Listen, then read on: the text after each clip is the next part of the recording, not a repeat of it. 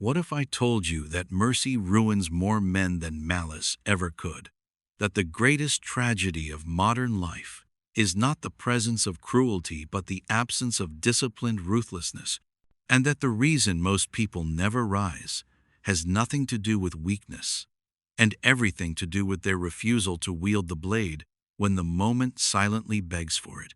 Every day, decent men sacrifice themselves on the altar of politeness, bowing to expectations that were designed to keep them soft, tolerating disrespect under the delusion that silence maintains peace, forgiving betrayal not out of nobility but because confrontation terrifies them more than dishonor, helping the undeserving in the naive hope that kindness will transform parasites into allies, and they call this virtue, when in truth it is fear decorated as goodness, fear of judgment, fear of rejection, fear of being labeled cruel by a world that praises self-destruction if it looks like compassion and punishes strength if it dares to protect itself. Machiavelli saw this centuries before you were born, writing that a ruler who refuses necessary harshness loses both power and respect.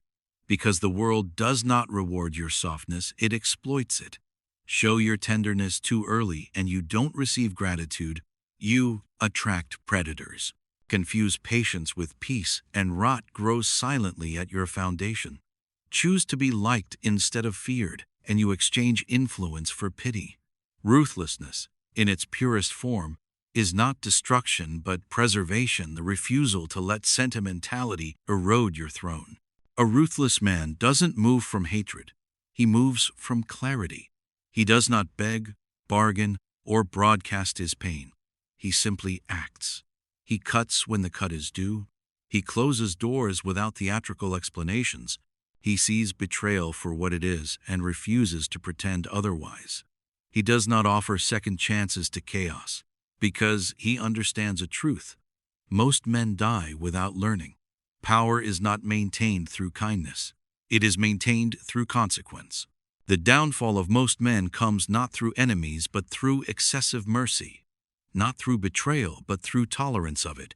Not through conflict, but through the cowardice of avoiding it. The world tells you to be gentle, endlessly forgiving, infinitely patient, to always assume the best of others, but Machiavelli would laugh at such counsel. Because unchecked kindness is not moral. It is suicidal. It invites decay, corruption, and dependency. Every time you say yes while your soul screams no, you become an accomplice in your own ruin. Look back through your life. How many boundaries have you sacrificed just to appear agreeable? How many times have you endured disrespect simply to avoid the discomfort of confrontation? How many versions of yourself have you amputated to maintain relationships that drained you? These were not acts of compassion. They were acts of fear, moments where you silenced your instincts to protect someone else's comfort. And did those people thank you? No, they expected more. Interpreting your silence as weakness, your forgiveness as permission, your patience as permanence, you became a reservoir for their dysfunction, a well they drank from without ever considering the cost. Destruction rarely arrives as a violent attack. It arrives as subtle erosion. Guilt disguised as responsibility. Manipulation disguised as moral duty. Exploitation disguised as compassion. People will not steal your time by force. They will convince you to give it. They will not drain your energy openly. They will frame it as your obligation to support them. And when you finally walk away, they will call you selfish for reclaiming a life they never had the right to consume. This is the hidden cost of unchecked mercy. You do not just lose peace, you lose identity. The ruthless man does not make this mistake. He sees manipulation wrapped in morality. He does not confuse someone's need with his responsibility to fulfill it. He understands that energy is currency, and not everyone deserves access to his supply. He gives with intention, not compulsion, and he stops without shame. He does not bleed for those who would not even offer him a bandage. Machiavelli was explicit. A ruler must learn how not to be good if he wishes to survive. This does not mean cruelty for pleasure, it means precision. the ability to end what must be ended without drowning in guilt. Ruthlessness is the discipline to act from necessity, not emotion. Just as a surgeon cuts to heal, a ruler must strike to preserve. Softness has been marketed as strength, but true strength is clarity, the ability to protect what matters without begging for permission to do so. You cannot guard anything you refuse to defend. You cannot lead if you collapse at the sight of conflict. You cannot love with depth if you cannot enforce your limits. Most exhausted people in the world are not those who fight great battles, but those who say yes when they should say enough. Martyrs of unearned loyalty bleeding quietly for causes that would not mourn them. Ruthless men move differently. Their generosity is not default, it is earned. Their kindness is not endless, it is strategic. They calculate the cost of their giving, their presence, their attention. They do not explain their worth to people who benefit from their confusion. They do not argue with those committed to misunderstanding them. They walk a straight line toward their purpose, and anything that obstructs that line is either moved or removed. The moment you stop needing to be understood is the moment you stop surrendering your power. Kindness without boundaries is not noble, it is self-neglect. The slow suicide of a man slicing himself open to feed those who would never starve for him. The first step to reclaiming strength is to stop being your own executioner. The world does not need more agreeable men, it needs disciplined men. Men who can say no with a steady voice, who can enforce standards without raising their blood pressure, who can stand alone without craving validation. Cruelty is misunderstood, the weak think it is evil. The wise understand it as a tool. Controlled cruelty is not abuse. It is a form of ethical brutality. The willingness to inflict short-term discomfort to prevent long-term collapse. It is doing what looks harsh today to avoid 1,000 cuts tomorrow. This is what Machiavelli called necessary cruelty, and nature agrees. The lion does not apologize for ending the weak. The storm does not apologize for tearing dead limbs from a tree. Nature protects itself through destruction. Only emotionally softened men call this cruelty. The ruthless man remembers what nature never forgot. Diseased branches must be cut. Weak foundations must not dictate the pace of the strong. Avoidance of confrontation breeds corrosion. Examine every failed leader, every broken man, and you will find one pattern. They delayed action, avoided conflict, and tried to be liked by the very people who hollowed them out. In their silence, their empires rotted. Mercy given too freely does not heal the world, it weakens it. When you allow disrespect, you teach others your boundaries are imaginary. When you forgive betrayal without consequence, you signal that loyalty is optional. When you avoid conflict under the guise of peacekeeping, you become fertile ground for chaos. In business, leaders who refuse to fire the incompetent eventually lose the competent. In relationships, those who fear confrontation become the most disrespected. In politics, rulers who try to please everyone lead no one. Necessary cruelty is not the absence of humanity, it is the protection of order. And refusing to use it when needed is not kindness but negligence. Machiavelli saw this in Cesare Borgia, a ruler whose ruthless precision restored order to chaos. People called him brutal, yet crime vanished. Stability returned. Trade flourished. His cruelty was strategic, not emotional. That is the difference between the savage and the strategist. The savage is cruel because he feels. The strategist is cruel because he decides. The strategist does not warn, threaten, or dramatize, he simply enforces. His silence before action is not fear but calibration. Cruelty without cause is tyranny, but cruelty with purpose is stability. Civilization survives not through softness but through standards, and standards mean nothing unless they are defended.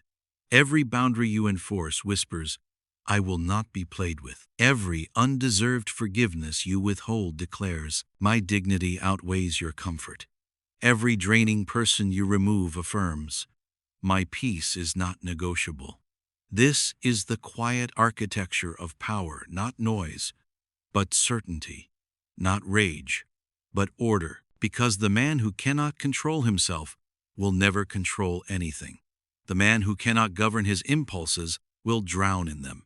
The man who cannot enforce consequence will be devoured by those who test him. Machiavelli saw power as an ecosystem maintained by force, perception, and discipline.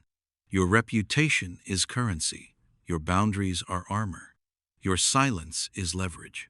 One disciplined act can reshape your entire image, and one emotional collapse can destroy it. The ruthless guard their composure like treasure. They know that reactions reveal weaknesses, and weaknesses reveal vulnerabilities. They do not explain endlessly, because explanation is the language of insecurity. They do not aim to be liked because likability is a trap. They do not try to appear harmless, because harmless men are ignored, exploited, or erased. Most men sabotage their authority by trying to look approachable. They confuse likability with influence, not realizing influence is built on respect, not affection. They shrink themselves to make others comfortable, confusing humility with self-erasure, but humility without strength becomes invisibility. The world underestimates the man who refuses to explain himself, because silence in a loud age is treated as rebellion, and rebellion always unsettles the comfortable. Invisible men, however, are powerless, so the ruthless cultivate a presence that is seen but never deciphered, a presence that moves with an unsettling calm that makes others tense without knowing why, a silence that forces people to wonder what thoughts lie behind the stillness, and this uncertainty alone is enough to bend their behavior. Power is rarely loud. The men who shout the most are usually pleading for validation, broadcasting strength they do not possess. But the quiet man, the one who speaks rarely, precisely, and only when the moment demands, carries an invisible gravity that others orbit without understanding. This gravity is constructed through 3 pillars, each one sharpened by centuries of human nature: perception, distance, and consequence. Perception is everything the story told about you when you are no longer present, the echo of your name in the minds of others, and humans act on perception long before they seek truth. If they perceive you as weak, they will test you, but if they sense steel beneath your silence, they hesitate. And hesitation is the first step toward obedience. The ruthless shape perception with deliberate patience, never reacting too quickly, never exposing desperation, never revealing the depth of their intent. Their mystery becomes a shield and, when needed, a blade. The second pillar is distance. The man who is too accessible becomes ordinary. The man who is always available becomes replaceable. And the man who gives too much becomes devalued. Distance is not arrogance, it is strategy. An invisible boundary that protects your aura, your energy, your scarcity. The ruthless do not broadcast their suffering, because suffering invites manipulators. They do not share their ambitions with the unworthy, because ambition shared too freely becomes ambition stolen. They maintain space, creating curiosity, and curiosity creates influence, because people fear what they cannot fully read. The third pillar is consequence, because no boundary has weight without teeth. Power evaporates the moment people believe your limits can be pushed. The ruthless enforce their standards consistently but quietly. No emotional outbursts, no chaos, no theatrics, just clean, immediate consequence. When someone crosses a line, they feel the sting of it. And once people understand the cost of disrespect, they begin to police themselves in your presence. That is true influence, not intimidation but anticipation. Not force, but the unseen pressure of consequence waiting in the shadows. Machiavelli wrote that it is better to be feared than loved if you cannot be both. But fear, properly understood, is not terror. It is certainty, the certainty that you do not fold, the certainty that your boundaries are not negotiable, the certainty that you will protect your kingdom, whether that kingdom is your time, your identity, or your peace. In truth, power is not built on domination but discipline. The man who controls his emotions controls his outcomes. The man who masters his impulses masters the field. And the man who refuses to crumble in the face of pressure becomes the architect of his own destiny. Ruthlessness is not chaos, it is architecture. The structure of power assembled through restraint, intention, and clarity. Every weakness in a man can be traced back to attachment to approval, comfort, people who drain him, identities that no longer fit the man he is becoming. Machiavelli warned rulers never to rely entirely on the loyalty of others, because the moment you depend on someone's devotion, you hand them the blade that can sever your throne. Ruthlessness, at its highest form, is not aggression, it is detachment, the inner freedom that makes you impossible to manipulate. The ruthless man can walk away from any situation that demands too much of his soul. He can leave a job, a relationship, a friend circle, a comfort zone, without trembling, because he knows that anything which requires the sacrifice of his dignity is a prison disguised as security. He can love without worshiping, care without collapsing, give without losing himself. His emotions exist, but they do not govern him. They are signals, not orders. Unchecked attachment becomes a leash. The world tugs it to lead men like domesticated cattle. Detachment is not apathy, it is control. The ability to feel without surrendering, to want without needing, to engage without depending. That is the difference between a strategist and a servant. The strategist sees emotion as information. The servant sees it as instruction. Most people give away their influence with surprising ease. One slight shakes their confidence. One rejection makes them question themselves.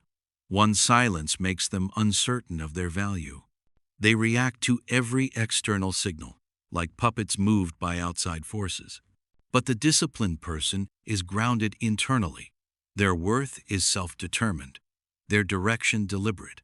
Machiavelli observed that a leader must sometimes act against kindness, popular opinion, or conventional rules when circumstances demand it, not out of malice, but because sentimentality can be limiting in a world where others act from ambition rather than principle. In challenging situations, unchecked emotion clouds judgment, creates patterns others can predict, and limits effectiveness. True discipline begins when you release the need for constant approval, the desire to be right, liked, praised, or understood. These cravings quietly weaken clarity. Once set aside, focus returns. You stop negotiating with indecision. Stop engaging with distractions. Stop expecting fairness in a world that operates on leverage rather than principle. The disciplined person becomes steady, unshaken by opinion. Nothing controls them because they do not cling to what is temporary. Their calm presence influences those around them. Their independence commands respect, and their decisions are measured rather than reactive. Detachment is not avoidance, it is mastery within the flow of life. It allows a person to remain centered while the world moves unpredictably. The one who remains composed while others rush forward succeeds not through spectacle, but through inevitability. Yet even this composure must serve a purpose. Many confuse chaos with strength, spontaneity with authority, but true discipline is precise and intentional. Those who master themselves think strategically, act deliberately, and consider timing. Impulses without thought lead to missteps. Actions without foresight limit opportunity. They study people, patterns, and circumstances, act when conditions align, and value insight over force. They understand when silence communicates more than words, when restraint strengthens influence, and when measured kindness achieves what strict rules cannot. Every choice, gentle or firm, serves the same goal: intentional outcomes. Perception, more than raw reality, guides effectiveness. Appear too rigid, and you invite resistance. Appear too flexible, and you invite exploitation. The disciplined person balances this, predictable enough to inspire trust, yet composed enough to command respect. They reveal only what is necessary, showing fragments without exposing the full plan. Leaders who master this skill use information thoughtfully, time their actions carefully, and maintain quiet control over their presence. They let others underestimate them, remain patient, and act decisively when the situation calls for it. True influence is not about dominance, it is clarity, the ability to see situations without bias, the discipline to act thoughtfully, and the confidence to maintain independence in a world full of competing pressures.